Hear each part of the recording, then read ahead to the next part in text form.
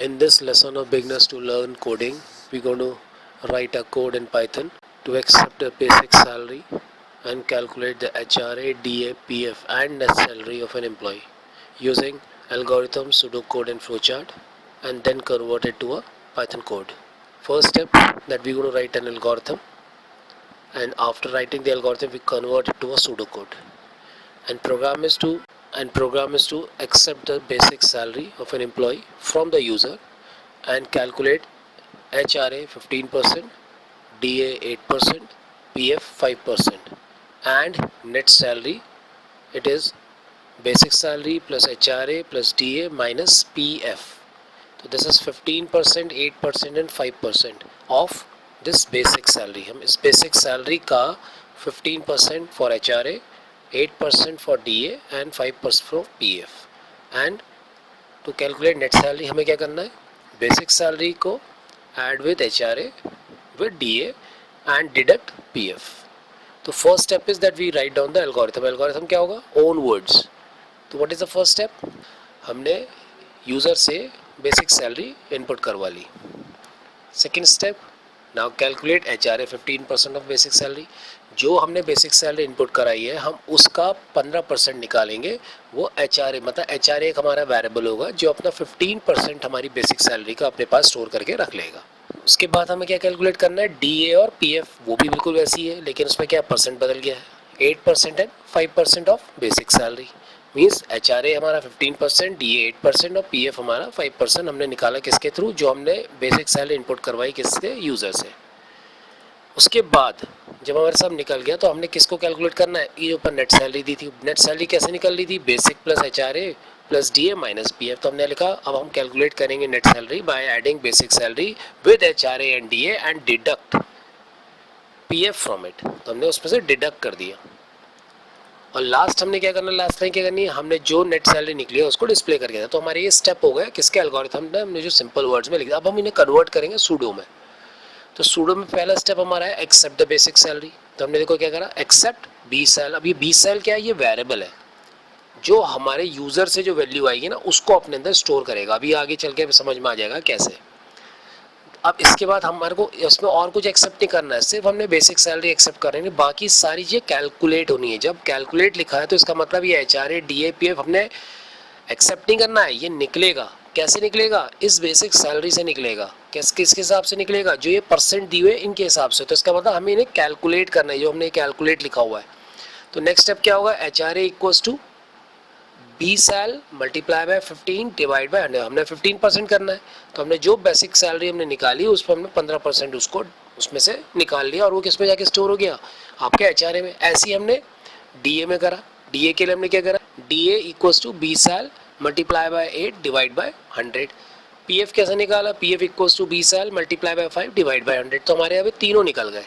अब हमें पता है हमारे पास HRA भी आ गया है, DA भी आ गया, PF भी आ गया. अब हमें इन्हें क्या करना है? हमें क्या चीज़ नेक्स्ट कैलकुलेट करनी है? Calculate net salary. इसका मतलब ये नेट सैलरी भी हमारा एक और वेरिएबल है.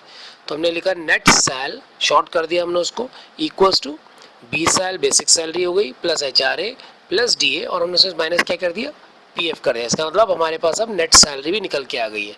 अब हमें लास्ट लाइन में क्या करना है? Last line display the net salary. तो हमने यहाँ लास्ट लाइन में क्या लिखा? Display net sal. तो हम ये नेट सैल जिसने अपनी बेसिक प्लस HRA और DA माइनस PF से निकल के आया उसको उसने स्क्रीन में डिस्प्ले करके दिखा दिया. तो ये तो हमारा सूडो कोड हो गया जो हमने एल्गोरिथम से ना. अब हम सूडो को कन्वर्ट करेंगे किसमें?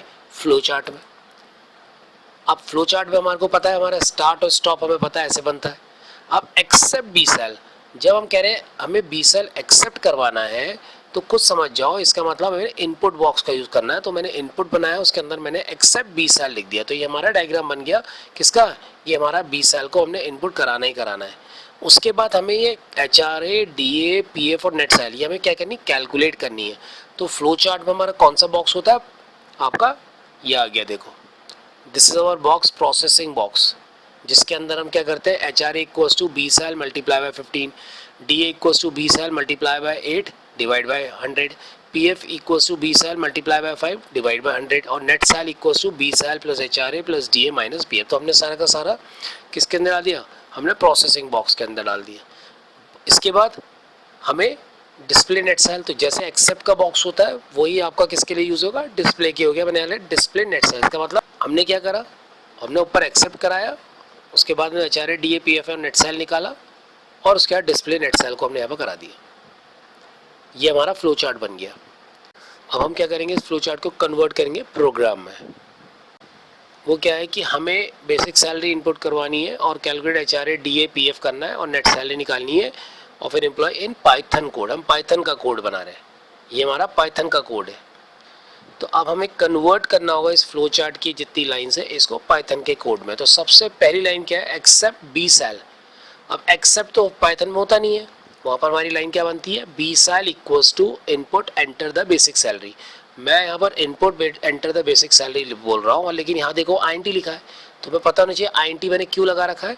ये कन्वर्ट कर रहा है, किस चीज़ को कन्वर्ट कर रहा है, जो वैल्यू इनपुट लेके आएगा वो स्ट्रिंग फॉर्म में होगी और वो उसे कन्वर्ट करेगा इंटीजर में और किस में जाके स्टोर होगी, बी सेल में। तो इसका ये मतलब नहीं है कि तुम उसके अंदर नाम लिख के रख दोगे, नहीं, आप वैल्यू ही दोगे उसके अंदर जो आपकी 0 से 9 के कॉम्बिनेशन में होगी। लेकिन अगर आप सिंपल इनपुट में भेजोगे तो वो उसको भी स्ट्रिंग बना के भेजेगा। तो हमने बीच में क्या लगा दिया, ये हमने कन्वर्टर क्या, ये क्या आपका टाइप कास्टिंग हो गया। ये टाइप उसकी कास्ट को चेंज कर रहा है, तो राइट साइड से जो वैल्यू आ रही है लेफ्ट साइड में जा रही है और वो उसको इंटीजर फॉर्म में कन्वर्ट कर रहा है, बी सेल में जाके स्टोर हो रहा है। अब जैसे हम इसको रन कराएंगे, जब हम अगर एग्जीक्यूट करते हैं कोड को, तो ये इस तरह से आ रहा है आपसे। वो जब इनपुट करवाएगा एंटर द बेसिक सैलरी 35,000, ये बी सेल में जाके स्टोर हो जाएगी। देखो ऐसे करके, ये जो लेफ्ट साइड में मैंने लिख के दे रखा है, ये जो एरो बनाया मैंने।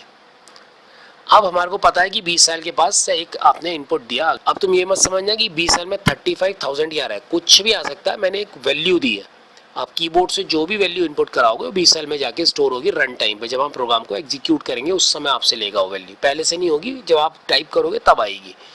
अब हमें कैलकुलेट करना है HRA DA PF और नेट सैलरी। तो हमें पता है कौन सी लाइन है, ये वाली HRA जो बॉक्स में बनी है प्रोसेसिंग बॉक्स में।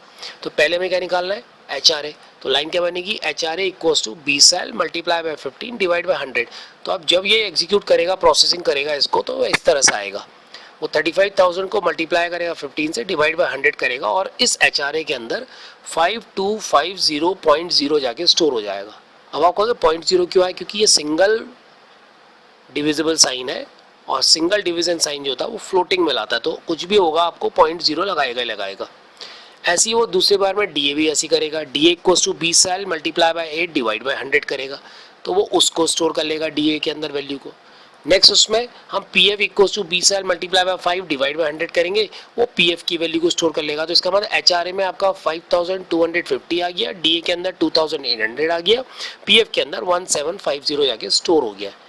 अब हमें क्या निकालना है, नेक्स्ट हमें निकालना है नेट सैलरी। वो नेट सैलरी किसकी आ रही है, B sal HRA DA minus PF। तो हमने यहाँ पर जब लाइन लिखी net sal equal to B sal plus HRA plus DA minus PF, तो यहाँ पर देखो उसने अंदर क्या प्रोसेसिंग करी, उसने 35,000 को प्लस करा 5250 प्लस 2800 माइनस बाय 1750। तो अब इस समय नेट सेल के पास 41,300.0 जाके स्टोर हो गया। अब जब हमारा सारा कैलकुलेशन हो चुकी है तो हमें पता है हमें डिस्प्ले कराना है। तो लाइन कौन सी होती है, प्रिंट की। मैंने उसके अंदर क्या लिखा, net salary equals to double quotes close net sal. तो ये नेट सेल कौन है, ये वेरिएबल है, और जब मैं इसे एग्जीक्यूट करूंगा तो ये एग्जीक्यूट करके कैसे करेगा, नेट सैलरी इक्वल्स टू ये 41,300.0। ये कहाँ से आया, जो आपका नेट सेल हमने कैलकुलेट करी वहाँ से आया। और ये जो नेट सेल यहाँ पर पास करा ये वेरिएबल है जिसने आपको वैल्यू डिस्प्ले करके दिखा दी।